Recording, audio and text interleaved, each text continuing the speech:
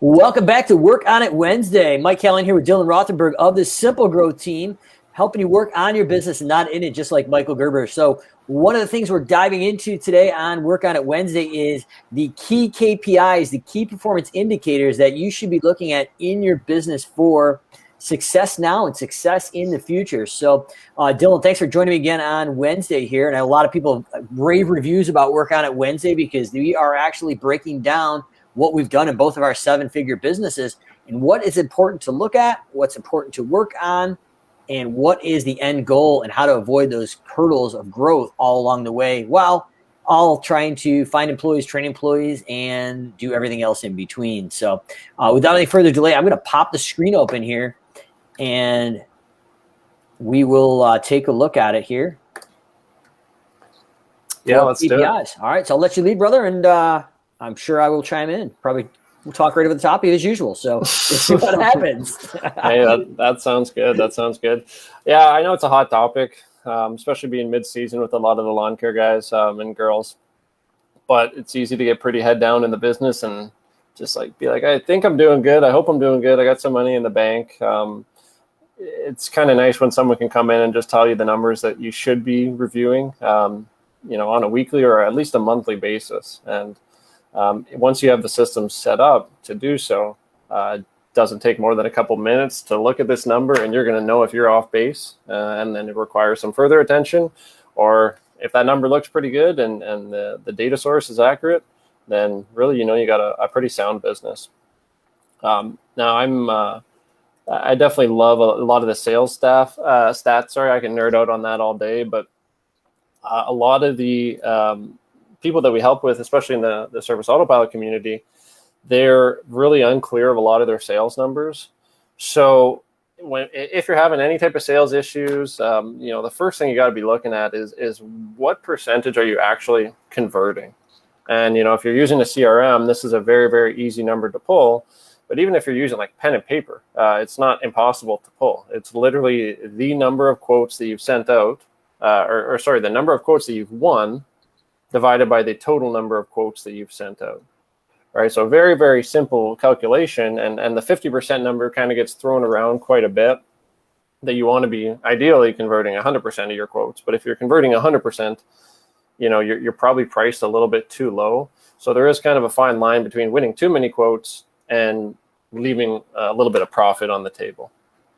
Interesting. So Dylan, what you're talking about is the conversion from somebody who hits your website, calls your office, hits a bot or something like that on social media or texts in, and then that percentage that converts into an actual client. Yep, exactly.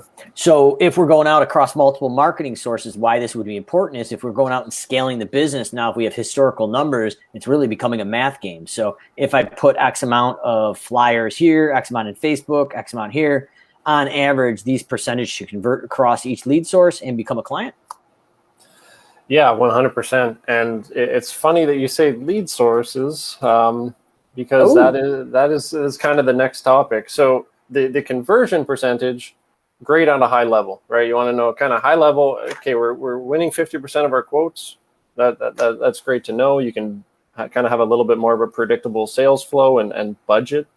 Knowing that you close 50% of all estimates that you get. And like Mike said, you can kind of work backwards and say, well, how many marketing pieces or how much marketing do I need to do to, if you want to get 100 new clients this year and your closing percentage is 50%, well, then we need to generate 200 opportunities, right? And, if you send out 1,000 postcards, let's say, and only 10% or 1% of people get back to you, well, these are all just data figures that you can kind of work backwards and say, well, we're going to need to send out, maybe it's 25,000 postcards to get enough people requesting a quote so that we can close 50% of those and reach our sales goal.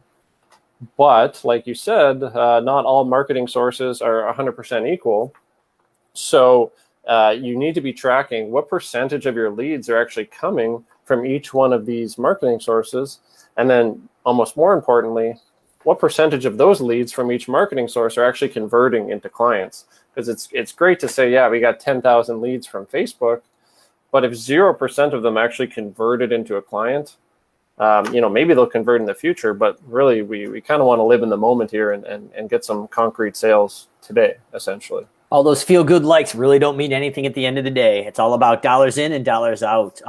So the funny thing is I haven't seen this, so I'm going to let you go because I have a feeling I know your next slide or two. But I think this is really important. So I think lead sources, you need to be tracking, in my opinion, the paid sources, but also the quote unquote non-paid sources, as far as like client referrals and people referring, as well as people seeing your truck or your crews out in the field. Because technically you've got that truck or car wrapped probably or logoed up. There is a cost to that, but there are lead sources that are going to come off of those that will convert higher or lower based on the actual lead source itself. So yeah, great work. I'm kind of curious to see what your next slide is. I'm not really prepared today myself. So yeah, I think I know where you're going, and I might have missed that one, but there's going to be a couple main KPIs that I was going to ask you at the end of just like, what did you use in Callahan's, and what are you kind of thinking in the back of your mind, high level at SimpleGrowth that we can definitely chat about too. But I think before we go over to the sales here quick, let's just pause on lead source for a second. I think I know where you were going to go. Maybe I was going. Maybe we'll wrap on it together. So once we've got that, we've got those dollar amounts in, tracked per campaign, how much we're spending for each marketing campaign or each flyering campaign.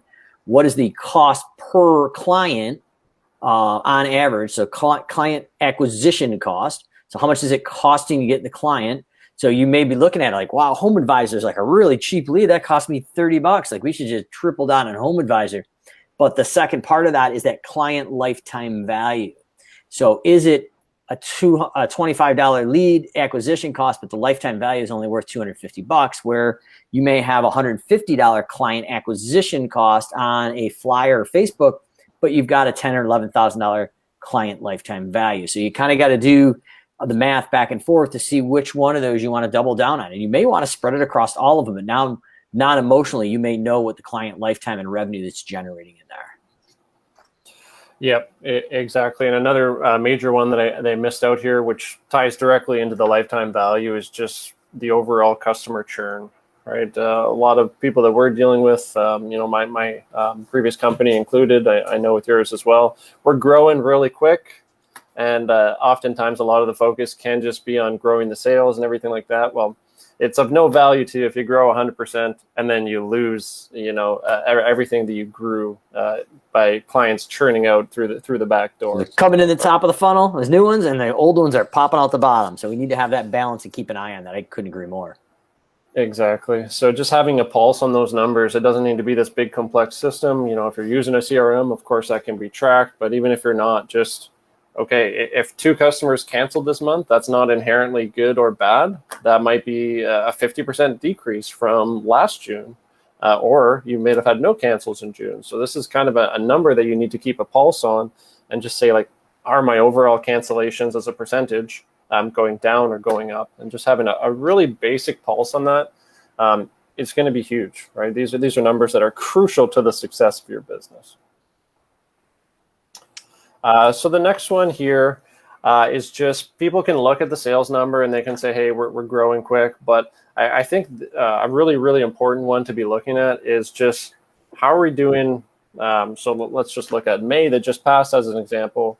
How did we do this May versus how did we do last May? Yes, looking at the aggregate of the sales numbers is obviously important. But you want to be comparing kind of apples to apples. And obviously your sales are going to be somewhat cyclical, even if you have a 12-month out of the year business, right? So you don't just want to have a 100,000 per month sales goal. That's probably not going to be 100% accurate. There's going to be dips in it where it might be 150,000 in sales in May, but then it might be 50,000 in June or whatever that looks like. You would just want to have accurate sales numbers that you're forecasting and comparing to. Yeah, I love the fact that you mentioned seasonality, because all of us, even in home cleaning or lawn care, pest control, there's going to be some seasonality. So we need to put that in there, especially like even around the holiday seasons. That may be good or bad depending on the service industry you're in. But we need to be going in at YOY as year over year comparison. So we need to go year after year and compare them. So if you're in QuickBooks, we can do a previous year comparison in an accrual basis, I recommend. And then we want to go the percent change and the dollar change. So you can actually look what you did in 2020 versus 2021 and really get a benchmark. So you'll start to see, if you look year after year, there are some definite trends in most markets. Well, pretty much all markets I would recommend. So that's good stuff they're doing. Yeah, Yeah, for sure. And if you're kind of, like you mentioned QuickBooks, we mentioned, CRM, we mentioned maybe pen and paper. Yes, these might be coming from different sources. And if you're thinking like, I don't really have the time to do this, this is something that once explained to an admin staff or someone else you have helping you at your company, even a virtual assistant, these are numbers that they could be pulling and compiling for you on a monthly basis. And you meet with them for 5 or 10 minutes and review those numbers. But, they need to be useful numbers, of course, and they need to be numbers that make sense. So when you see them, you can make decisions off of them. I know Lori from our team always says, like, yes, I can get you this data, but what are you going to do with it? Is it actually going to be something that's useful to you and you can actually make a decision and it's going to change the way you're doing things now? So that's something to keep in mind as well. Now, this ties in a little bit to the webinar we're going to be doing tomorrow, and we're going to be going into major depth with this, but daily, you've got to be finding the time to look at your numbers on a daily basis. This is literally the lifeblood of your business, if these jobs are profitable or not. If you're dealing with labor in any way, shape, or form, that's going to be the major factor here, if these jobs are getting done in a timely manner. So basically the daily budgeted time over or under is just a simple check and or report if you're using a CRM to see the times that I set up for budgeted hours. So if we're estimating a job should take about 1 hour, well, in reality, how much time did that actually take? So, if it took 50 minutes, great. We're actually basically, we still have time in the budget. But if all of a sudden that job took 2 hours, well, your job probably just cost you money. Yeah, and I think as you're diving into it, Dylan, I don't know if you kind of implied it a little bit already, but kind of just specifically dialing into it, it's not just the budgeted time on the specific jobs. We also want to track the non-billable mobilization. So like literally your shop time, your drive time. So like the way we did it at my company really is what we did is I got a piece of paper. I don't know if you're going to be able to see it, but basically when we started at job A and went to job B, the clock actually started ticking. So that clock is starting to tick at job B. So if you've got a 30-minute job budgeted at job B, you're going to take your 30 minutes starts clicking when you leave job A. Now, where it gets interesting is if you've got 2 people on that crew or truck, that 30 minutes now becomes 15 minutes. And you've got to cover that drive time. So what we're finding in most service businesses is a 2-person crew is going to be optimal, maximum size, unless you're at 1 or 2 properties the whole time. Because if you have an 8-hour day and you've got just 1 hour of just mobilization, that's a whole extra hour times, say, like $36 an hour break even. That's an extra $36 a day of expense that's basically being eroded from the profit. So you really need to go in and figure out what's that non-billable mobilization and work with a financial expert and build that into your hourly rates. So on average, you're covering that throughout your whole business. But yeah, the daily budgeted time over and under is huge. And that builds transparency with your team. So you got that dry erase board or TV in the shop, and you're showing them hopefully what they're doing and building friendly competition with quality for accountability. Yeah, so you're basically saying, obviously, the more guys on a crew, the more windshield time you're going to have. And you definitely got to be tracking that drive time, because that, $36 per day, let's say, that you're wasting in windshield time actually might be fairly low. Oh yeah, it's significantly low. I mean, we see 2.5 hours of non-billable mobilization, usually an average of most of the companies we work with. The other interesting thing is so let's just say we're doing a mulch installation job, or we're going to pick up materials at the nursery, design, build. Like a lot of companies aren't taking in account for the extra 2 to 3 guys on the truck when they're going to the nursery and sitting in line for a half hour and then driving from their shop to the nursery to the job. So after that first load, or have it preloaded maybe the night before, when you go to do that job, if you need another 5 or 6 yards of mulch and you got a 2 or 3 man crew, those other 2 guys should literally be spreading and cleaning up that job site while the one guy goes and picks it up and brings it back. So you're taking 2/3 of that non-billable drive time and minimizing it. So those are like the silent killers that when we're so busy, we don't track them, but then we see people come back to us in September, October, and like, Mike, like we're really crushing. We're hitting these budgeted times on a daily basis on these jobs. What's going on with the financial number? But when you dive into like a service autopilot, you have a drive time costing effect or non-billable costing effect based on the particular guys with labor and labor burden. And it clearly defines like, yes, you are winning on the job. Everything else is literally destroying your profitability. So that's important to track that daily and weekly for sure. Yeah. I see a lot of people doing that too, where, they're charging a delivery fee because they got to go and get the materials, but the delivery fee definitely does not take into account, anything going wrong. They have to stop somewhere, get gas, whatever that is. And it's sometimes like $20. I just want to maybe tack on $20 for a delivery charge. Well, like you said, if it takes 30 minutes and all of a sudden you got 3 guys on that crew, 30 minutes there, 30 minutes back, maybe, 15 extra minutes of just doing who knows what, all of a sudden that adds up very, very quickly. Yeah, so it could be almost 3 additional hours that you didn't put into that job. Exactly. So if you're looking at like 3 yards of mulch installation, well, on average, it takes about an hour per yard to install it. So you got a 3-hour budget. You didn't account for the other 3 hours of screwing around everything else during the day. So that seems to be the silent profit killer that we see. If you don't track it and realize it, if you realize it in the moment, you can make some course corrections. But if you're looking at this November, December, it's too late. Like you're done. Yeah, and volume. Obviously, you want profitable volume, but volume does cure a lot of things in that regard, right? If you had a massive dump trailer where you can load up a bunch of yards of mulch, and that drive time essentially, in effect, could be spread out between, that load up time and all that can be spread out between 4 or 5 mulch jobs. Well, all of a sudden that effect is way less. And then the same thing with lawn mowing too, right? If you're driving 15 minutes to every job, half your day is going to be driving versus you park in a neighborhood and you can bang out, 20 jobs or whatever that might be. Yeah, and it's interesting. So like as you're talking about that, just kind of a pro tip. So like getting back to the mulch example, because a lot of this stuff can actually be eliminated. So when you're tracking this daily, it causes you to actually look at it in creative ways because it's a pain point that you may have a hard time overcoming with your pricing in your market. So what we did is we went to Lowe's and Home Depot, pitted them against each other. And in the spring, in late spring, they always run the like $1.97 a bag of mulch if you buy like 6 bags. So what we did is we went to the pro desk and went to the pro desk manager and said, listen, we'll commit to buying a tractor trailer full worth of bagged mulch. They don't make you sign anything. They don't hold you to it. But we were able to get our bagged premium mulch, I think, at $1.97 a bag. And then we went to him and said, well, listen, can you guys handle delivery?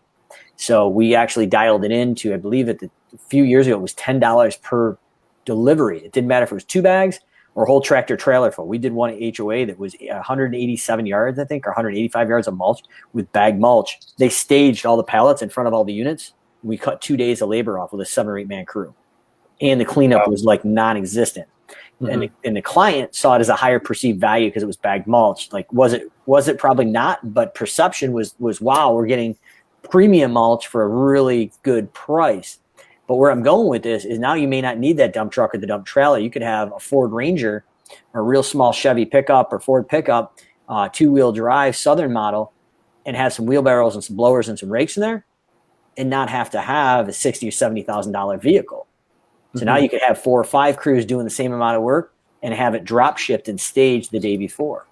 So that there's some creative ways once we look at the daily times when you're not hitting them or you're hitting them, like you can say, okay, well, how can we creatively resolve the issue? Because we're making great money on site, but the overhead of this machine, this big dump truck and piling a couple guys into it is killing us. So if you're not looking at it, you don't start thinking outside of the box how to creatively overcome that. So just kind of a pro tip that we did. And I know quite a few companies still doing it. So Lowe's and Home Depot, you want to talk to the pro desk, not the garden center. Pro desk, from what I understand, gets paid on a volume, not a profit percentage. So they're willing to take a loss on the product just to get their bonuses. So pretty cool. Wow. Yeah, that's like the definition of work smarter, not harder. That's and potentially cutting out some trailer and truck costs. That's huge. Yeah, it's kind of something cool that I actually learned from Garrett Matthews. So I got to give credit where credit's due. The Southern boys are pretty smart when it comes to making it work. Yeah, for sure. Next one here, we don't need to spend much time on it, but yes, you can look very granularly at the daily numbers, and you don't want to dismiss a day that's unprofitable. Obviously, you want to look at that a little bit further, but hey, they could just be having an off day too. Our market was huge. Sometimes it would literally be pouring rain in one section of it, and snowing in the winter, and other times there would be no precipitation, right? So these things obviously affect the efficiency on some of these days. So it is nice to look at things in an aggregate and say, how do they actually perform in the week, right? If you don't want to necessarily be bickering over your guys about being a little bit less efficient on one day if they absolutely crushed it on the week, right? So looking at things as a whole, I think is probably actually almost more valuable in the long run, but you do need to have a pulse on the daily numbers for sure. Love it. So that one obviously pretty self-explanatory there. We don't need to spend much time here. We'll be hitting more of that on the webinar tomorrow night, I believe at 8 p.m. Eastern. But the idea is, like, when you look at that weekly thing, we're going to dive into that tomorrow night and really lift the hood and dial into it. But you're going to find you got crews that are crushing it for you, and you got other ones that are bleeding you dry, and they're just hiding behind the scenes, keep that pulse to 40 hours. So we're going to show you on that webinar how to really dial in and understand that, and be able to actually use that data and work with your teams for a productive but efficient conversation to get them back on track. And either we're going to coach them up, or, well, we just might have to coach them out. You never know. Yeah. And there is a fine line between, obviously you want peak performance and efficiency, but people can get pretty, I don't know what the word is, but a little bit antsy when you're riding them a little bit too hard on just like peak performance 24/7. There are going to be, they'll get sloppy, brother. They will get sloppy. I've seen both ends of it. Downs. And we'll talk about that tomorrow night too, for sure. No, for sure. So this isn't necessarily maybe something that's ingrained in the CRM, whatever CRM you might be using. If your payroll is in there, of course, it would be, but something that people don't necessarily have a huge pulse on. Yes, we're calculating the drive time and all that, but what's the percentage of actual time that you're paying people for? That they're actually working, like kind of billable hours to some degree, versus the actual payroll hours that you're paying them, basically at the end of the week, right? Because yes, you could be tracking drive time in Service Autopilot. You could be trying to track everything, but sometimes little things will get missed. And really what you're actually paying them for, that gross payroll amount, however many hours they're actually getting paid for, it is a very valuable number that you need to be tying back into some of their performance data here to make sure that is 20% of our week, just kind of fudged, and that's loading time and shop time and gas time. And once you have a baseline for that, maybe 20% is the number, then you can start looking at ways, like Mike said, with the mulch example. But maybe it's something, I know you've spoken about this before many times, where the guys are near one job, they're going to a gas station, and all of a sudden that quick little fill up or bathroom break is a 30-minute break that really wasn't scheduled. So all these little things can be looked at once you know how much efficiency are we losing in a week. So things like that you can look at for that specific scenario would be, maybe if they're using the gas station as an excuse, maybe we actually get some fuel tanks on site, and the second stop of the day isn't the gas station and Tim Hortons and 30 minutes of unbillable time. I don't know about them Timbits, brother. I want to cut out the Timmy Ho stop, but those can be expensive. We had a guy, it was costing him about $1,500 in additional paper performance pay just stopping Dunkin' Donuts each day. So we'll dive into a little more of the math around that tomorrow night. But that was an eye opener to the individual, because at that point he was getting paid by the budgeted time, not the actual time. And I wanted to make more money, and he just couldn't understand why he wasn't hitting his numbers like everybody else. So we used the GPS in the truck to kind of figure out what was going on. And lo and behold, it was that Dunkin' Donuts stop that was crushing him, put him right into traffic. Yep. No, that's huge. So these are just kind of a variety of KPIs that you need to be thinking about. But really what you want to do is kind of bundle these into some type of document. If it's all in your CRM, great. These are just going to be reports that you're kind of looking at. But the more important thing is not having the report that you can go and access. Is, do you actually have a pulse to be looking at these numbers? Is it weekly? Is it monthly? Do you actually have something blocked out in your calendar that says, no matter what else is going on, I'm going to take 5 minutes and look at these numbers and make sure that my business is on track? And this probably isn't the totality of all the ratios and KPIs that you need to be looking at, but this is definitely a good start. And if there's any other key ones that people want us to dive into a little bit deeper, you can put it in the comments, or any major ones that you think we missed. But this is, I think, is a great starting point. And obviously we're going to dive into things quite a bit deeper tomorrow. Yeah, no, great work on this, Dylan. I think that, I mean, to be transparent, just for SimpleGrowth, I was on QuickBooks Online before our team called 11, and I was running the sales stats mid-month, how much we had to hit for the next 15 days. And I was also looking at the budget versus actual. So setting up a budget in QuickBooks desktop or online. So maybe that on one of these working on Wednesdays, we can actually go into one of my QuickBooks account and actually show you how to build out a budget. But that's huge because now when we go in QuickBooks, we actually have a budget, and based on the actual numbers that are happening, we can run those comparisons, and there actually is some great data in there. So that's a key. But I think if you are going to go down that road with the budgeting in QuickBooks, have a talk with your accountant to make sure they're talking contractor accounting, not accounting talk, because the way they're going to approach certain things and track it is going to be for a tax purpose, and not necessarily how you're going to look at it as a daily or weekly or monthly or quarterly cadence for profit and loss. So those are the major things you want to look at, because your accountant could be accelerating the depreciation. So it looks like you either made more or less than you actually did. It could be looking at a cash basis when you actually got paid, not when the actual revenue was won and sold. So those are some things we want to look at. And then probably the last one is going in and forget where I was going with this one, but basically going in and tracking any of the reoccurring subscriptions or like services, as far as like lawn mowing, fertilizing. What is the reoccurring revenue that goes pretty much forever till they cancel? And then what's the one-time revenue?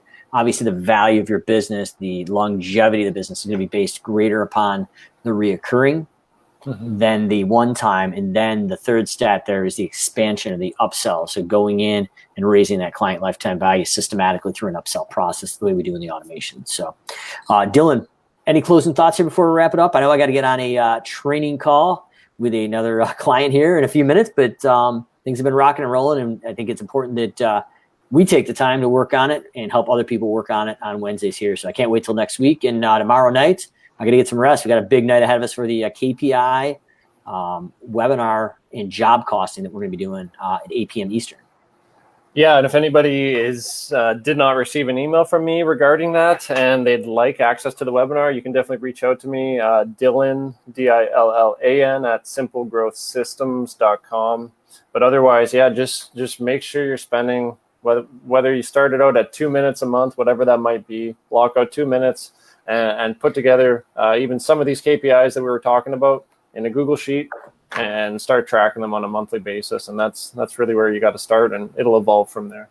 Love it. Well, I'll see you tomorrow night. Work on it Wednesdays. We'll see everybody else that doesn't attend tomorrow night. You're going to miss out if you don't. Next Wednesday, I'm working on Wednesdays, and we'll post on Facebook about what we're going to be diving into. If you have any comments or questions on the live or recorded version, pop them in, or a topic you'd like us to cover on Work on It Wednesday. It's a mouthful for Wednesday, brother. All right. I will see you tomorrow night. All right. Take care. All right.